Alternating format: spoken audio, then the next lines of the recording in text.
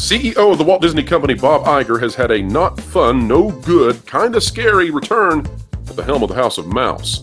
Yes, all of Hollywood seems to be angry at him. He already had conservatives mad. Heck, there's even a presidential candidate using him to gain political points. And now, well, the Comcast earnings call from this morning made things a whole lot worse.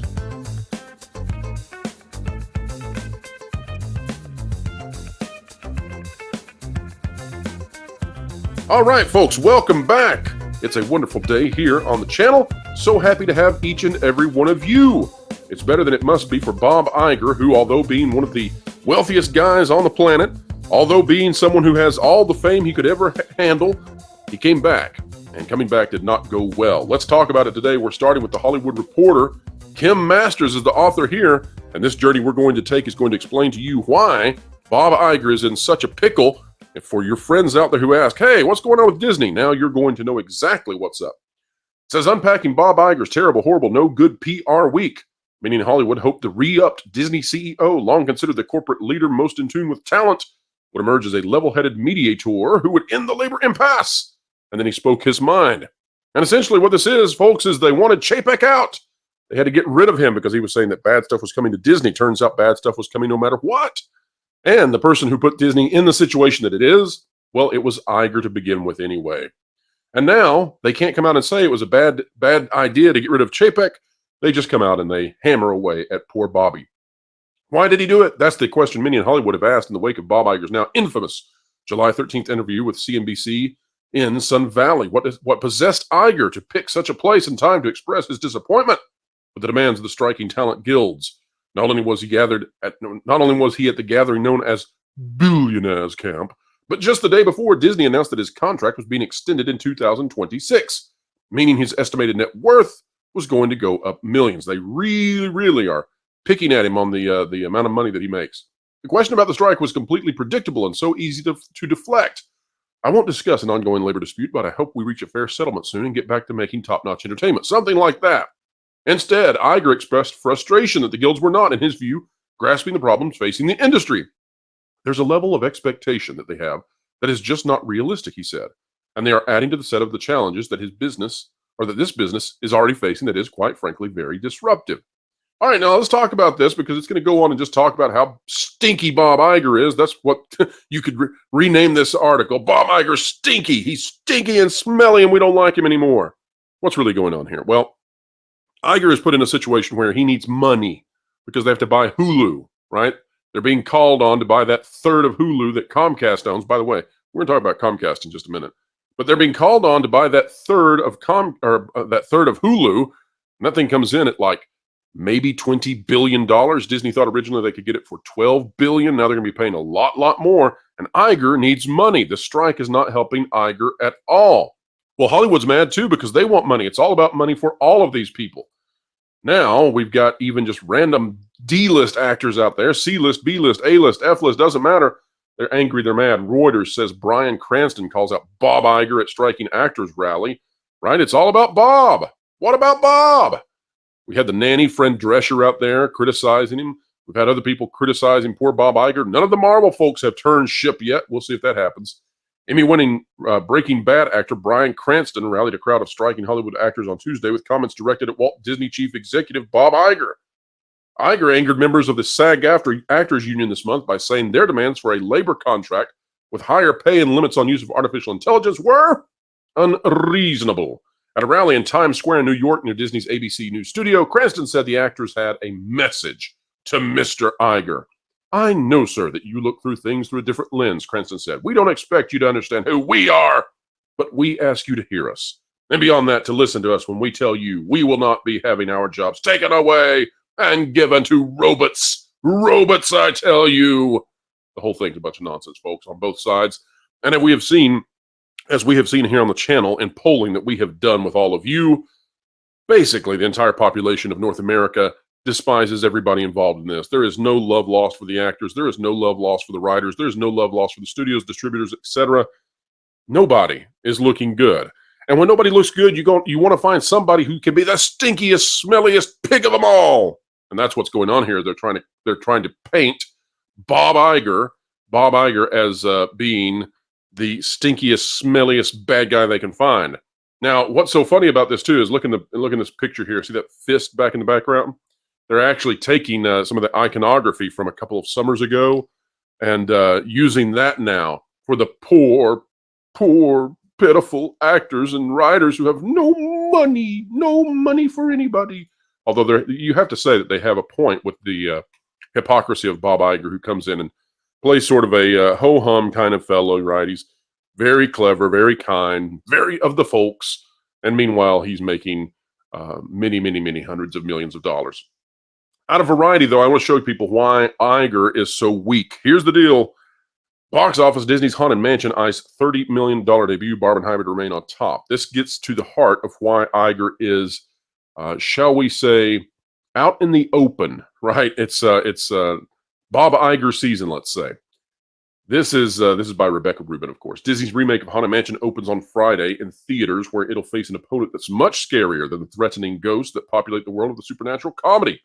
That foe would be the collective force of Barbie and Oppenheimer, which have spent the past week putting box office projections to shame. Barbenheimer, as the inextricably linked movies have been nicknamed, will loom large over North America charts as Disney's new family film aims for third place. And yes, folks, we are watching to see what happens with Tom Cruise Mission Impossible. It could actually land in third place. We're hoping so. Haunted Mansion is projected to gross $25 million to $30 million from 3,700 North American theaters over the weekend. That's not a bad result for a kid-centric tentpole. Oh, it is. Oh, it definitely. Oh my gosh, what a poor thing to say, Rebecca. Let's finish the paragraph. Disney spent $150 million to produce the film and tens of millions on promotional efforts, leaving Haunted Mansion with a high threshold to reach profitability. Okay, here's the deal. This is a Disney movie. It's opening to 25 to 30 million domestically. What does that mean? Well, if it legs out 3 times, which we don't anticipate it will, we think it'll leg out something like 2 times because the reviews are terrible. Might even do worse than that. This means this thing gets nowhere close to even 100 million domestically. There's no way to make a profit on a film that is a Disney movie aimed for kiddos, aimed for families that can't hit $100 million. And this thing will not. It will not hit $100 million domestically. So when you've got a price tag of $150 million on production, let's say that they cut marketing down to almost nothing, because that seems to be the case. Let's say it's down to $50 million, because that probably includes all of the necessarily contractually obligated spends they have with theaters. Let's say that it's $200 million total budget, which is way low for Disney. And yet still, they would therefore need $400 million to make a profit, because $400 million divided in half, once you take out taxes and theatrical sharing, you get down to that $200 million mark that it probably needs to break even. Okay, so $400 million, right? All right, let's run the numbers real quick.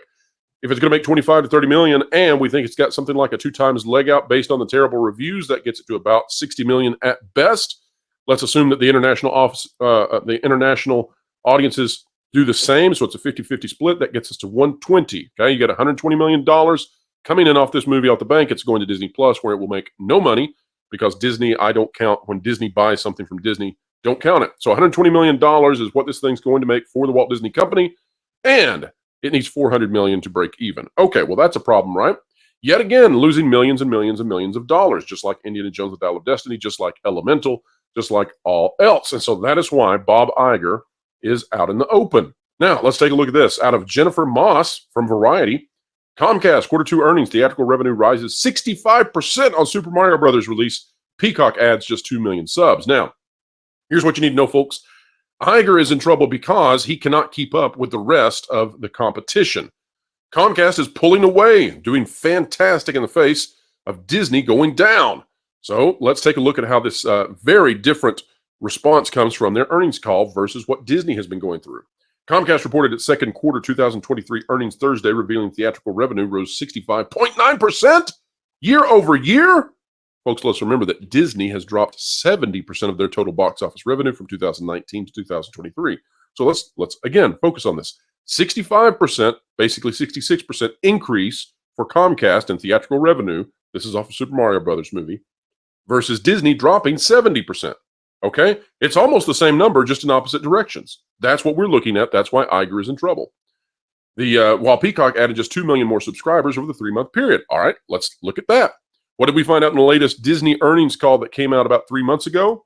Disney lost hundreds of thousands of subscribers. What did Peacock do? Added 2 million. Again, very different results. When we say just 2 million more subscribers, Disney would kill for that kind of thing. They would love to be adding subscribers instead of losing. They've lost, by the way, in sequential quarters.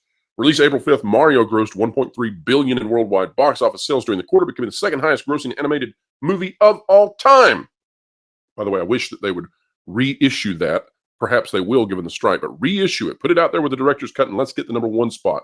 At the end of Q1, Comcast said an NBC Universal streamer Peacock had reached 22 million U.S. subscribers. A pittance, by the way, folks, of Disney Plus, a pittance of Netflix. So we also need to play it fair there and say this is nowhere even close. It's not in the same league. As of the quarter ended June 30th, the Philadelphia owner of NBC Universal Sky and its large broadband and cable business says Peacock has now hit 24 million subs. But they are singing the praises over there of Peacock because Super Mario Brothers has given them the levity to do so. It has lifted the entire company up, and the Nintendo Cinematic Universe is almost certainly on the way. And that is why they are having a very, very good day. It's why Bob Iger is not, because everything is going in the opposite direction for Disney. That has made him vulnerable to all of these criticisms, and Hollywood seems to have selected him. Yes, we've heard criticisms of Warner Brothers' David Zaslav and the amount of money that he makes, which is quite high, and by that I mean it's the highest. But they have criticized David Zaslav quite a bit, but Iger seems to be the one who has really shaken the ire out of them, and because he's performing in a way that he has never in his career, he is definitely vulnerable to that. Well, folks, I hope that we have explained entertainment and kept you ahead of the culture curve. Some of this information that we're bringing to you just came out a few hours ago out of the Comcast earnings call. Maybe like Trey Parker and Matt Stone of South Park, we're bringing you the best content we can as quickly as possible. You may recall some of the episodes of South Park where they did riffs on the elections that occurred the night before. Well, folks, if you like content like this, consider clicking the like button, share, subscribe. And when you click it, you stick it to the algorithms. It is the notification bell. Drop a comment down below. I cover your comments. I care about what you think. I would love to know your thoughts on this situation. What's going down with Bob Iger? And be paying very close attention because we are going to have some big-time announcements coming out very soon about thatparkplace.com and perhaps something brand new coming that you are not going to want to miss and which will involve many of your very favorite YouTube personalities. Be watching for that one to happen. You're going to love it, I promise. Folks, the Pro Show is Thursdays, 5 to 7 p.m. Eastern Time. And if you're watching this video on a Thursday, guess what that means? The Pro Show is coming to you. And as we wrap up July, Eric July is coming back to the channel again. And we're going to have the whole Rippaverse crew there to talk through what's going on with the Culture War, Barbie, and more. You do not want to miss that, not for 1 second. Wherever you are, whatever you're doing, keep learning, keep growing, and keep having fun. Make sure to catch The Pro Show Thursdays 5 to 7 Eastern Time. Entertainment Explained, The Culture Curve Conquered, live with Pro and all his friends.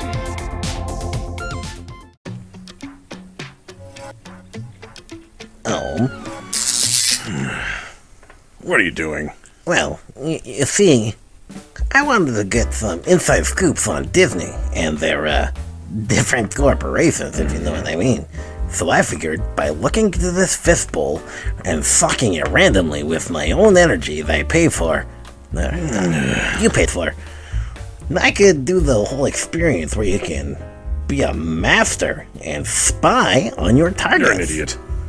If you want to get the inside scoop on Disney, or even other media organizations, you should check out thatparkplace.com and subscribe to WDW Pro's YouTube channel. That'd be way easier, more accurate, and, less dumb. Are you saying I won't get accurate information this way? No, you can't. Who'd think?